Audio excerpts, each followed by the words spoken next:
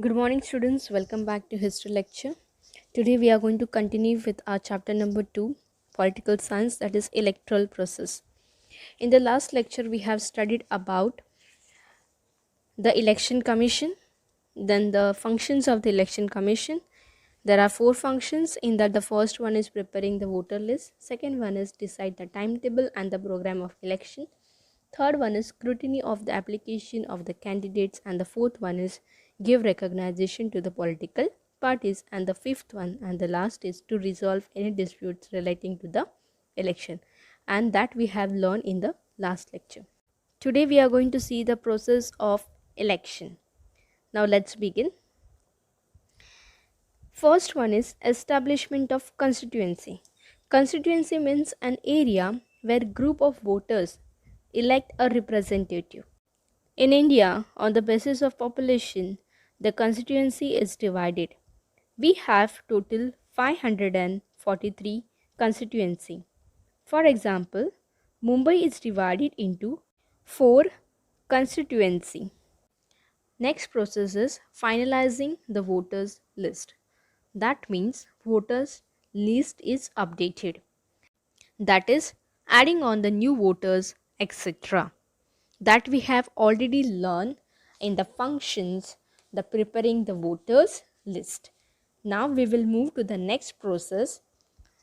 Third process, nomination of candidates and scrutiny of their nomination forms. Candidate details is verified and then election commission give permission to candidates to stand for the election. Now the fourth process is election campaign. After date is declared, then the political parties does the election campaigning. Now let's move to the fifth process, that is actual voting. It means on the election day, voters will go and give vote in polling booth. Then the sixth process is counting of votes. Means after election over, votes are counted on a specific date given by the election commission. Now let's move to the next process, that is result of election. After votes are counted, results will declare which political party got how much votes and which party won the election will be announced. And the last process is resolution of disputes regarding the election.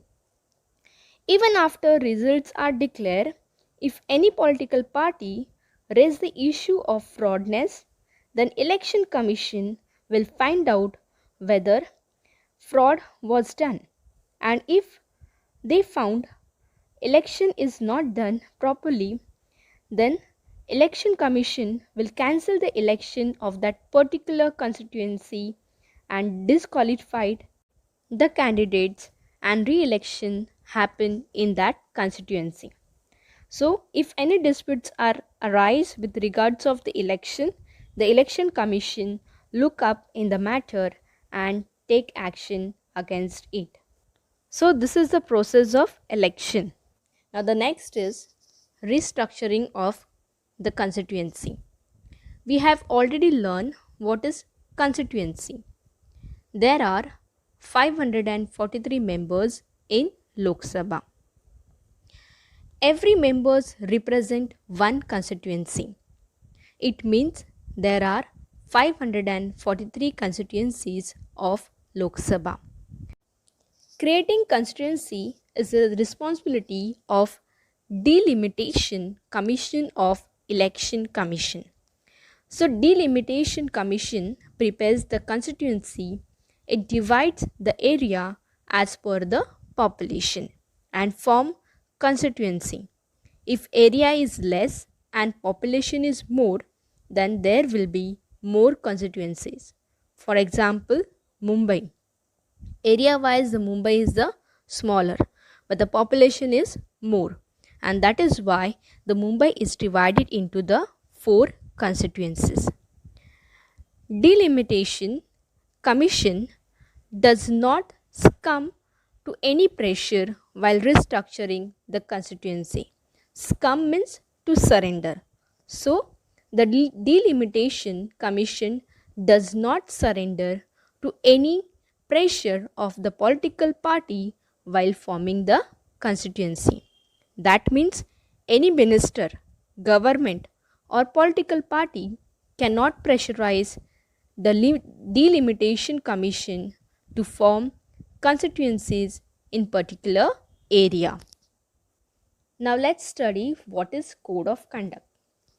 Code of conduct means the rules that have to be followed by voters, government, and by people before and during election. Even government cannot interfere and violate the rules made by election commission. So you must be thinking that why the election commission has made code of conduct.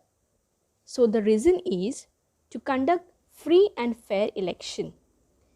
Free and fair election means citizens has freedom to choose representative of his choice.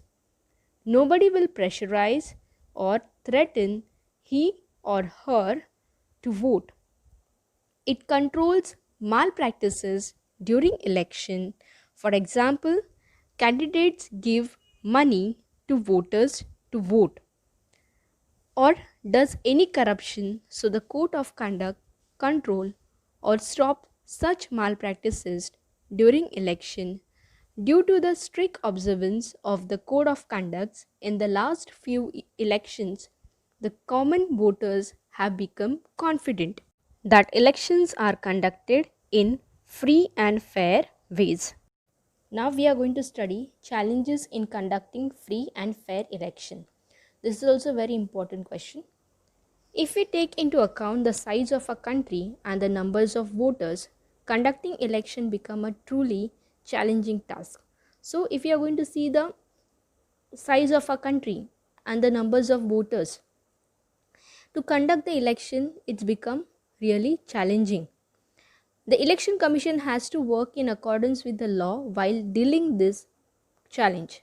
Some of the challenges are mentioned below. So let's see what are the challenges faced by election commission during the election. The first one is misuse of money. Misuse of money takes place to a great extent during election. The election commission has to take several measures to stop such misuse of money. So during the election there is a misuse of money. In India there is a lots of misuse of money that happen during the election. These politicians, they give money to the voters so they will vote them, and this happen illegally.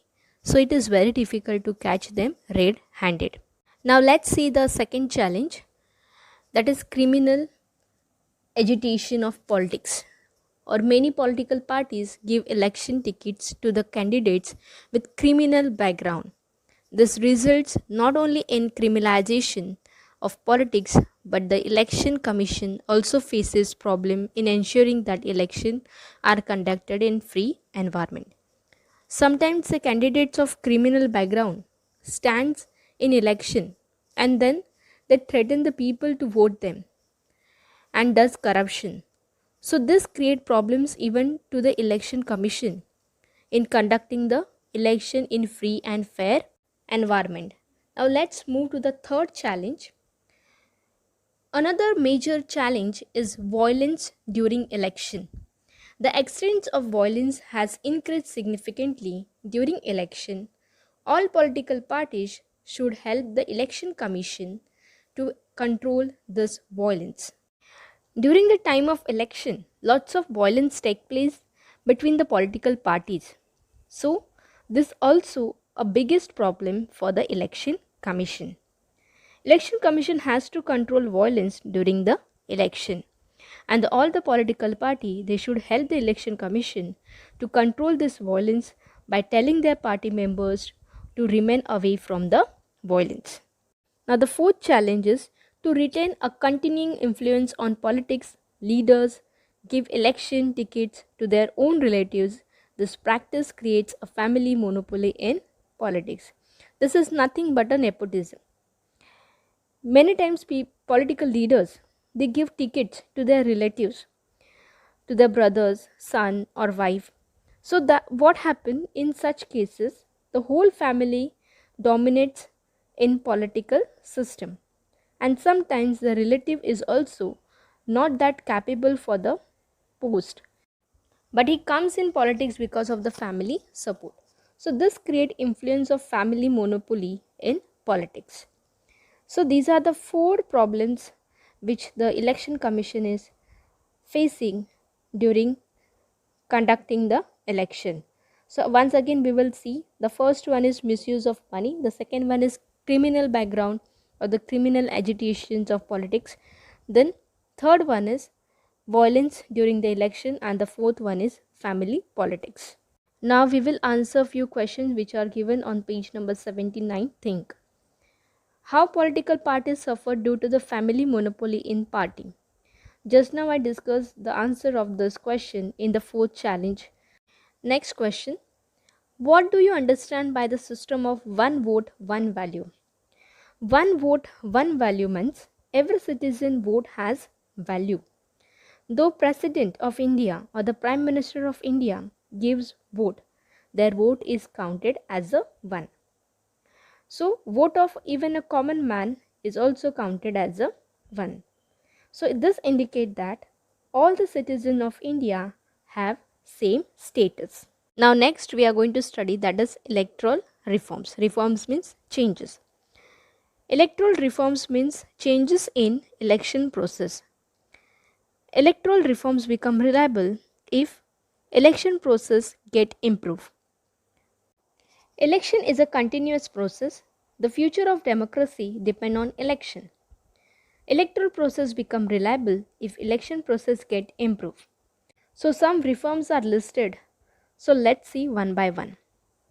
The first one is to increase participation of women in politics. The political parties should give 50% candidature to women candidates and try to ensure that they get elected.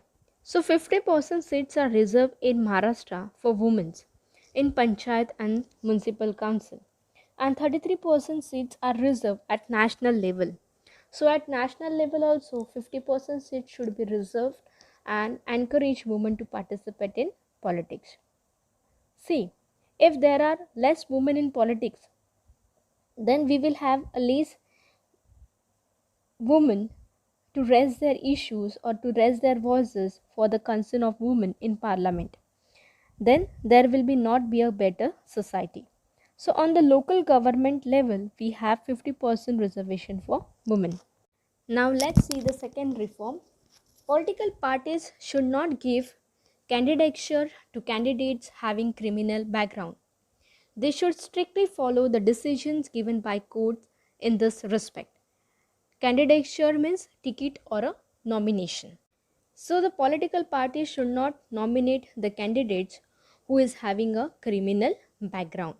And for that, they should strictly follow the decision given by the courts in this respect. Now let's move to the third reform, that is, the government should take care of election expenses to ensure that parties will not make misuse of money, and mismanagement of money during election can be stopped. So during the election, candidates spend money on campaigning, advertising their party, etc. So excess amount should not be spent, and also there should not be misuse of money, so that means giving money or articles to people to get vote. And for that, the government should take care of election expenses. Now let's move to the fourth reform. Representation of People Act should be amended so that candidates having criminal background would not be able to participate in election. Now Representation of People Act, it is a law and that should be changed. So the criminal background people should not participate or should not be elected by the people also. Now we are going to learn journey from ballot boxes to EVM machines. Earlier, the voting was done in ballot boxes. On blank paper, symbol of political party was stamped by the voters. And after election over, all the votes were counted. Now we have EVM machines, that is electronic voting machine. Let's see this. Ballot boxes to EVM machines. The first election in independent India was held in 1951 to 52. This was the beginning of shaping of democracy through electoral politics. In the initial elections, ballot boxes were used for the purpose of voting. The use of EVM machines started from the decade of 1980s. Many things could be achieved because of voting machine. If the voters do not want to vote for any candidate, they can choose an option of none of the above. Nota. This option can be given only because of voting machine. It has become easy for disabled people, Divyanga, to vote. It reduced the cutting of trees, thereby helped in protection of environment. Also, early declaration of election results has been made possible. Now we are going to see the types of election. There are three types of election: general election, mid-term election and by-election. Let's see them one by one. The first one is general election. You know that Parliament is having a two houses, that is Lok Sabha and Rajya Sabha. You are electing the member of Lok Sabha, that is after every 5 years. So the Lok Sabha election held after every 5 years are called as a general election. Now the second one is mid-term election. Means election are held before the completion of 5 years term. Now let's see on what situation mid-term election are take place. If the political party does not have majority seats, then they can form the government with the help of other parties. That is called coalition government or government formed by many parties together called coalition government. For example, there are 543 seats and one who get majority seats, that is 272 or more than 272 seats. So, if any party fails to get majority seats, then that party cannot form government. So, to make government, political parties come in support to one another and form coalition government. After coalition government form, if any political party withdraw their support, then due to no majority seats, election will be held before the completion of term, so they are called mid-term elections. Now the third one is by-elections. If an elected representative in Lok Sabha, Vidhan Sabha or the local self-government resigns or due to his or her death his seats become vacant, so to occupy the vacant place of that resign death place of representative, the elections are held in that particular constituency only. This is called by-election. Do you know? Election Commission established an expert committee on 8 October 2010. It was decided to add a new facilities, voter verified paper audit trail in EVM machines. All political parties supported this. Because of this facility, the voters can verify whether the vote cast is registered properly. The purpose of this important step is to stop malpractices in election. So, along with the EVM machine, they have decided to add new facility, that is voter verified paper audit trail in EVM machine. So all the political parties they support, even the voters, they will verify whether the vote cast is registered properly or not, and because of this they will stop malpractices in the election. So in this chapter we studied the electoral process from various angles. We have studied the functions of election commission, challenges in conducting the free and fair election, and election reforms. So students, please go through this lesson again so you will understand it clearly.